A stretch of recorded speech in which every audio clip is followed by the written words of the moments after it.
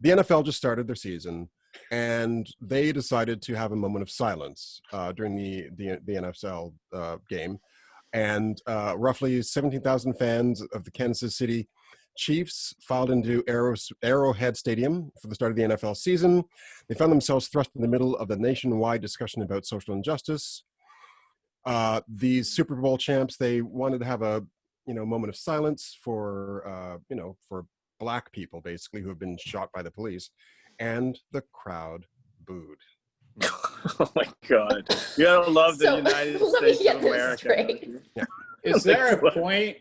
What's the point? Yeah. I just think, the way the NBA reacted was different. There's a moment of silence, but also, too, there weren't fans, right? So we don't know what would have happened. Chances are, That's true. I think there's a lot of people of color who watch basketball, maybe more than watch football, maybe. Yeah. Probably. I don't know. It's a tough call. But I just think that I would guess that the fans of the NBA would be more respectful, but we don't know. But what we do know is that, especially fans of the Kansas City Chiefs don't like the Black Lives Matter movement at all. I don't think it's just Kansas City, right? I mean, so Colin Kaepernick, right?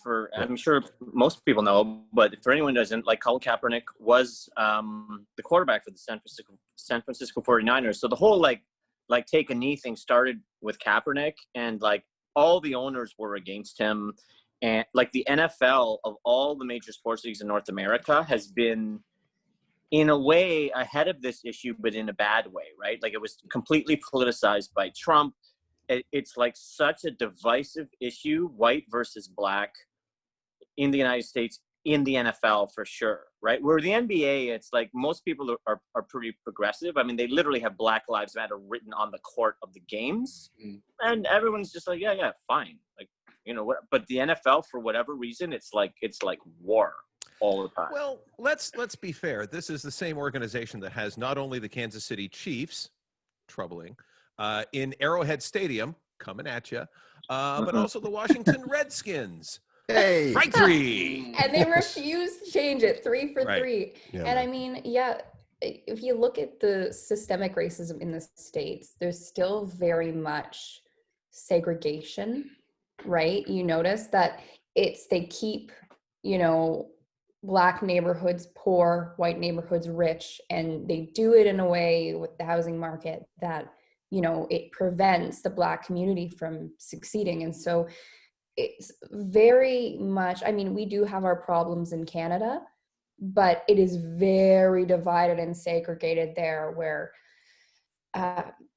basically they are trying to keep the Black community down. And I think that's reflected in the NFL too, and the booing, because to me, it's thinking of it, who in their right mind would boo over taking a knee for people who unjustly lost their lives to police brutality? Who in their right mind would think that way? Yes, you said it right there. Right mind. Yeah. Right there. Okay. I think if I were a Black NFL player and I was locked arms with a white NFL player, taking a moment of silence for people of color who have been shot by the police, and the crowd was booing, I think I'd quit. I think that'd be my second last day in the NFL. Because I would feel like a slave. I would feel like, the people who are paying my salary don't respect my humanity. Yeah, but that's always been the case across the board. I don't think it's that way in the NBA. I just don't. No. In the NBA is NFL, more it is. respectful. But I think if you look at, you can look at if you want to look at a Canadian game, think how well that would go over in an NHL game. It's not, and if you want to talk about oppression in Canada, you've got to talk about Native folk. And one of the things, though, about that I really want to bring to the conversation is that the divide has been created because there are so many poor white folk who are not part of the dialogue. It's kept on a race line and not on a class line, and that's structure.